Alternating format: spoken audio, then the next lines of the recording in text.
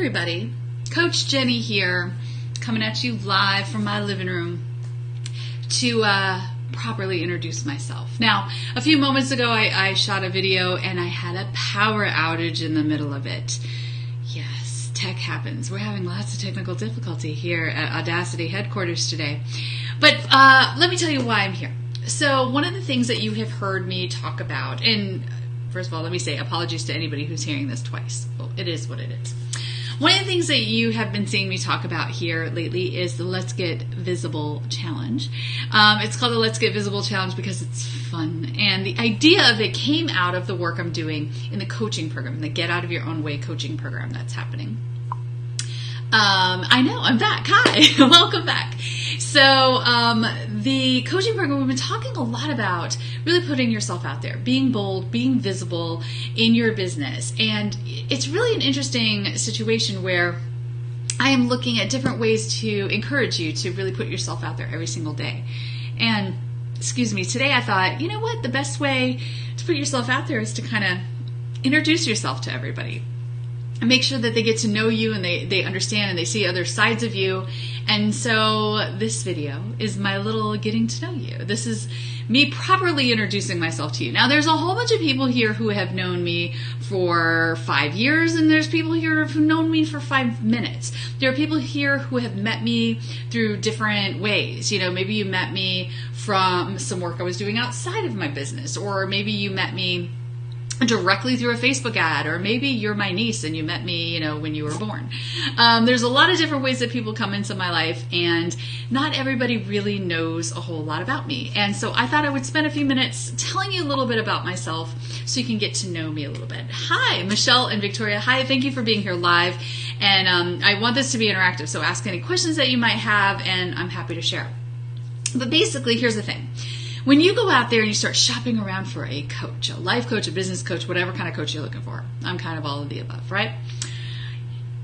It's really difficult. Like in today's society and today's online marketing world, we are talking about authenticity. You're supposed to be authentic in all of your communications, which means that you kind of come off like this. Hi, I'm perfect in every way. Let me tell you about my rich, illustrious life and how fabulous I am so that you too can buy into this by paying me all of your money, and then you can be just like me. Gag. That is not what I'm about at all.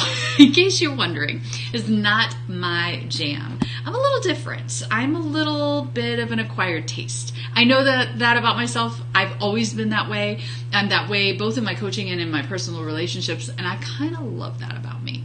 So I wanted to tell you a little bit about me so that you can have a peek inside of my life and feel like, okay, this is the chick I'm talking to.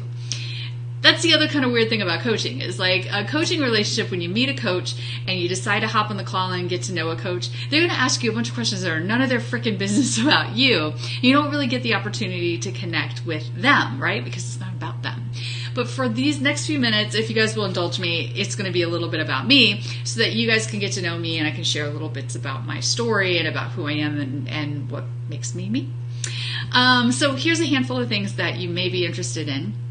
So I'm 41 years old. I live in Los Angeles, California, but I've only been here a little over 2 years. My wife and I, yes, I'm gay. My wife and I have been together 20 years, and she and I have lived in many, many different places. In fact, I think this is our 14th apartment together because we like to move a lot. Before I was in Los Angeles, we lived in Brooklyn for 3 years. Prior to that, we lived in Manhattan for 3 years. That was 6 years in New York City altogether. Before that, 4 years in Boston, go Red Sox. And before that, we had 6 years in Washington, D.C. Prior to that, we actually met in St. Augustine, Florida, where we went to undergrad. Yes, we go back to undergrad. So in September, we will be together for 20 years. I feel way too young to say that. I am too young to say. We are way too young for that to be a thing, but it's a thing because we met when we were basically children. So So that's a little bit about, we move around a bit. I like to look at it as a way of collecting hometowns. You can go on vacation and see a place for 2 or 3 weeks, or, let's be real, most of us see a place for 4 or 5 days, and you experience it a little bit, but you're experiencing the highlights, you're experiencing the tourist traps, you're not really becoming part of the culture. And so what we really love to do is to move to different places and just take it in. And I'll be honest, when we started doing that, we thought maybe this will be the place we settle down. Maybe this will be the place we settle down. And every time we're there, I hear myself even saying that once in a while about LA. I didn't think I'd love it this much. Maybe this is the place where we'll settle down. I have a feeling that we are just the kind of people who don't settle down. So other things you may find interesting about me, you may not. I am a minimalist, which means I like to own as little belongings as possible. I wasn't born that way, but I've slowly but surely realized that I am at my best when I'm at my lightest, and I'm holding on to the least amount of crap. When you move a lot, that helps. When you move across the country, it helps to have as little belongings as humanly possible. But it's also really nice because the things that we do keep, the things that we do have, are things that we treasure. So I'm fascinated by minimalism and learning about that. I'm not an extreme minimalist. I'm not one of those people who counts the number of t-shirts she owns or any shit like that.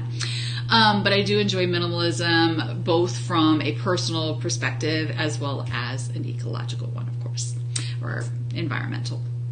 Let's see, what else? What else do you want to know about me? I really love musical theater. I love Barbra Streisand. I have a thing for Barbra Streisand.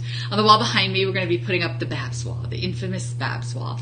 We have a bunch of Barbra Streisand record albums that we put together in an interesting pattern in every apartment that we have. This is the biggest wall we've ever had, so it isn't up yet because we're kind of in a wrestling match trying to figure out how to get the Babs just so and where the blues should go. And honestly, we don't have enough records. I can't believe I'm saying this. We don't have enough records to put up there that have Barbra Streisand's face on it to fill the wall up the way we want to. So we either need to go get more records, or Meredith has to yield and let me use Butterfly, which is literally a stick of butter with a fly on it. She's not really down. Anyway, so that's one of the weird things that we have that's kind of interesting about us, and it's a homage to both of our mothers who passed when we were young. Meredith and I have been together 20 years, but our mothers had passed before that. We met recently, like right after both of our mothers died. So it's kind of an homage to that, but it's also, who doesn't love a big diva? So that's Barbra Streisand. We like Disneyland and Disney World and all things Disney. I have to admit, I was late to arrive at that party. I was always like, come on, there's got to be more to it. But I'm a big fan of Disney. It does my heart proud. So we're proud annual pass holders of Disney. And living in LA has made Disneyland kind of our backyard. So we enjoy that a lot. So let me tell you about me professionally. That might be a little more interesting to you than all of this personal shit. So professionally, I have been life coaching, business coaching since 2006. 2006. So 11 years. On September 1st, it'll be 11 years that I've been doing this work. That's kind of mind-boggling too. I can't even imagine. But yes, 11 years I've been doing this work. Certainly didn't start out this sophisticated. It was not cute when I started. I think my first tagline was working with people who feel like, I don't know what I want, but I know it ain't this. So I help people figure out what they wanted to be when they grow up for years and years and years. And that got old pretty quickly. My business was originally named Live Audaciously. And fun fact, speaking about getting visible, I didn't have a photograph of myself on my website for 3 years at all. Let alone a video. There was no video. Good God, there's no video. There wasn't, I don't think I shot my first video until 2010 or 11. But yeah, it took me 3 years to get a photograph of myself up there because I was paralyzed by a fear that people would see that I'm fat or they would be able to tell that it was gay. For the record, I'm kind of a heavy girl who happens to be gay. If you have an issue with that, there's the door. But I was terrified of that because I was worried that people would see me and prejudge me and not want me to be their coach. I've come to realize I want you to see me and prejudge me and not want me to be your coach because then I don't even have to know you exist. Sweet. Victoria says, you're always interesting. Thank you for that. Did not like video for the longest time. I really pushed back on the idea of doing video. It made me super nervous and crazy. Now you can't keep me off of it. As you can tell, I enjoy so much the fact that at the push of a button, I can jam with people and talk with you and connect with people all over the world. Literally all over the world. Adele was here a little bit earlier. She is in Australia. I think it's like tomorrow over there. Lori says, sorry. I'm like, no apologies, not at all. This is a second run. I had some technical difficulties before, so no worries. Okay, what else do I want to tell you? It's so weird. I'm so used to asking questions about you. And I reveal stuff about myself, but this is really putting it out there. Let's see. So my coaching. I am not a certified coach. That might be interesting to some folks out there. I am not a certified coach, and it's not because I think I'm better than that or anything like that. But I haven't found a coaching school that I really wanted to align with. However, I did study the art and practice of coaching in graduate school. I went to American University and had my master's in public administration and organizational development, which is a big nerdy way of saying I really, really, really love org psychology, and I specifically focused my efforts on individual org psychology, which is, anyway, it's a mouthful, but coaching. So I studied coaching in grad school back in 2001 to 2003. So this has been a passion of mine my entire adult career. Prior to that, I actually studied, my undergrad degree is in deaf history. Yeah. You heard that right. So I'm fluent in ASL, but that's a skill I don't use very often. I'm married to Meredith, who went to school for deaf education. We met at Flagler College in St. Augustine, and she actually stayed in deaf education and focused on special education, and now she's an assistant principal at a charter school here in LA. She's kind of a big frickin' deal in the charter school world, and I'm very proud of her. We don't have kids. We don't want to have kids. We're never going to have kids. I don't have any pets. I did have cats, but when they passed, I couldn't take it, so I'm not replacing them. And so yeah, no pets, no kids. No, I don't hate animals, and no, I don't hate children. I just don't have any of them of my own. That's part of my minimalism. We'll chalk it up to that. Shoshana says, I remember that the colors were pink and orange. They were purple and orange. Yes, Live Audaciously. I still have those logos. They were purple color and an orange color. We kept the orange, but the purple has kind of pushed away. Lori says, you just used my maiden name prior. Oh, I did? That's your maiden name? That's funny. My maiden name is actually Julak. Yes, my name was Jennie Julak. A lot of people called me Julie Genlock. It was horrible. And Meredith's name was Meredith Mustafa. So if you're ever wondering, it's MM and JJ. Why is my last name Mustafa Julak? Because it sounded better than Julak Mustafa. And we always tell people Smith was taken because, God, why? Getting texts. Let's see what else. This is so nerve-wracking. I am a crazy, crazy personal development nerd.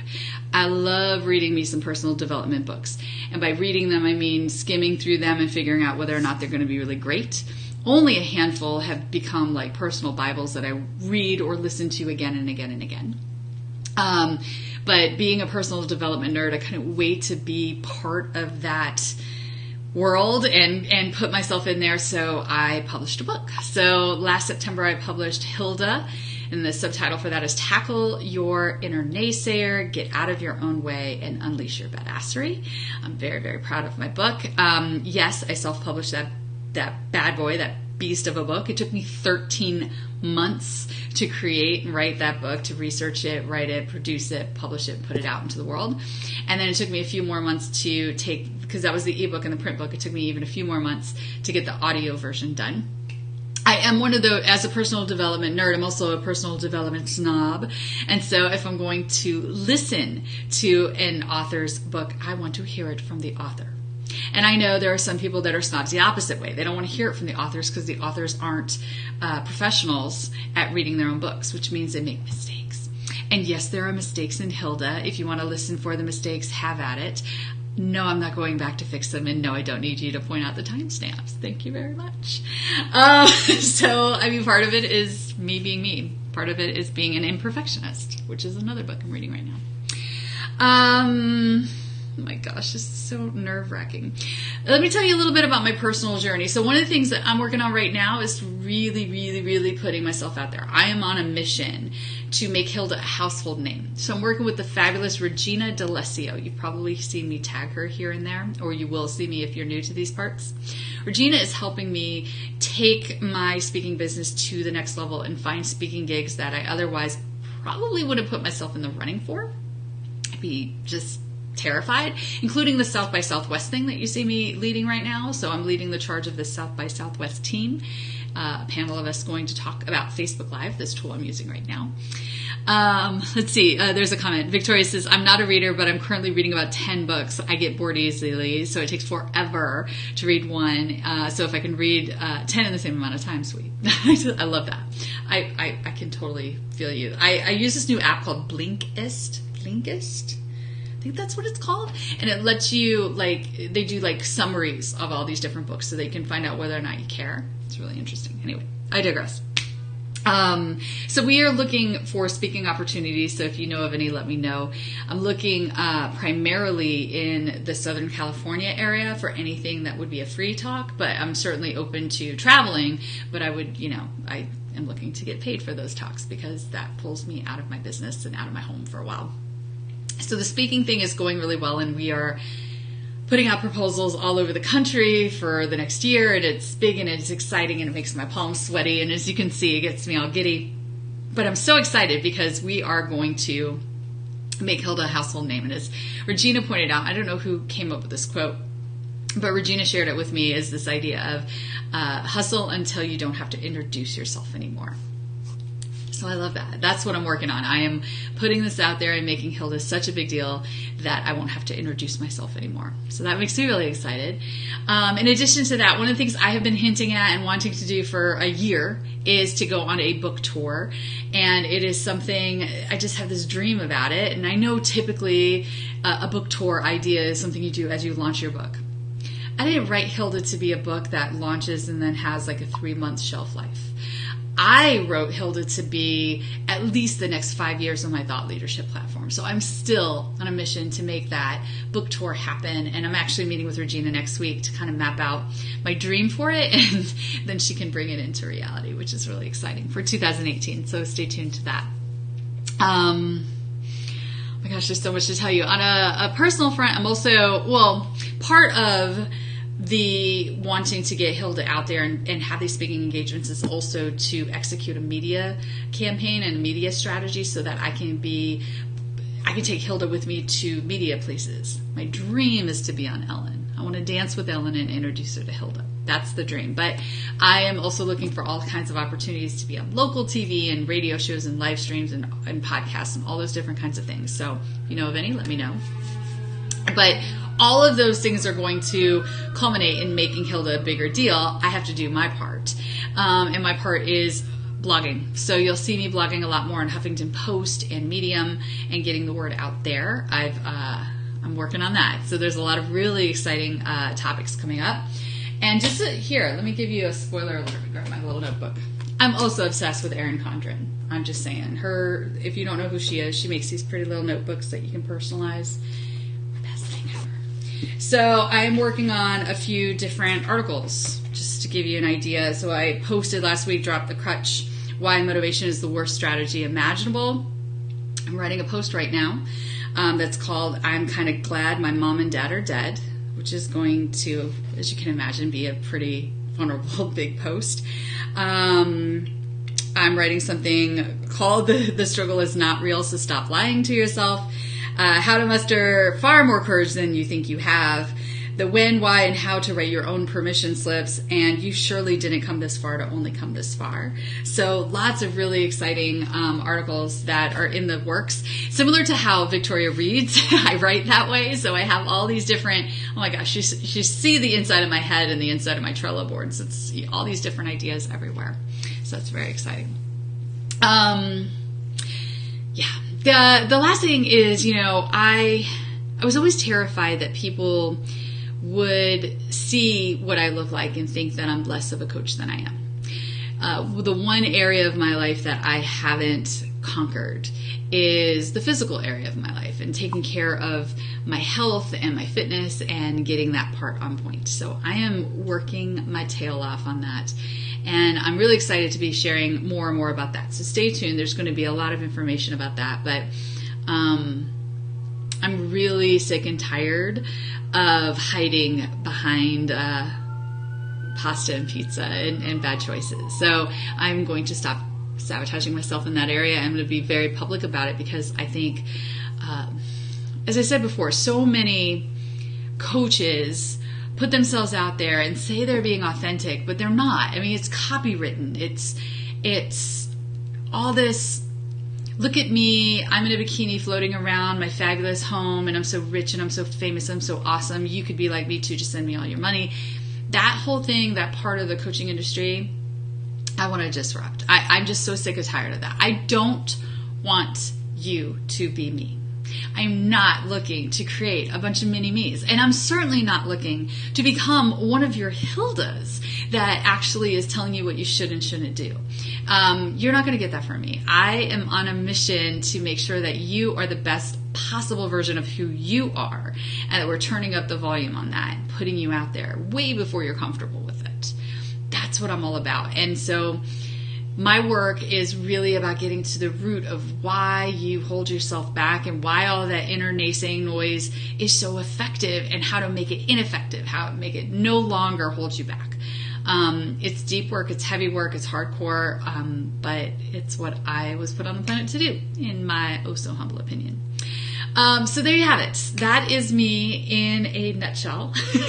I wanted to share that little bit about me because, again, if you're new here and you've been kind of poking around, you'll probably see me ask a ton of questions about you, and I want to know all about you, but you probably want to know who the hell that chick is behind the video. And so if you have any other questions, I'm happy to tell you. I'm an open book. But as part of the Let's Get Visible challenge, I asked you to really go out there and tell your story and share bits about you, so I thought I would do the same. I hope this was enjoyable. Thank you for the folks who are live. Thank you for everybody watching the replay. Feel free to leave a comment if you have any questions about me, my work, my wife, my Disneying, whatever you want to know. I am here for you. So thanks for being part of Get Out of Your Own Way. That's the other thing. Thank you for being part of this group. This is just for this group. I love everything about it, and I adore each and every one of you. That's it. Okay, I'm going to go have lunch. Bye, guys.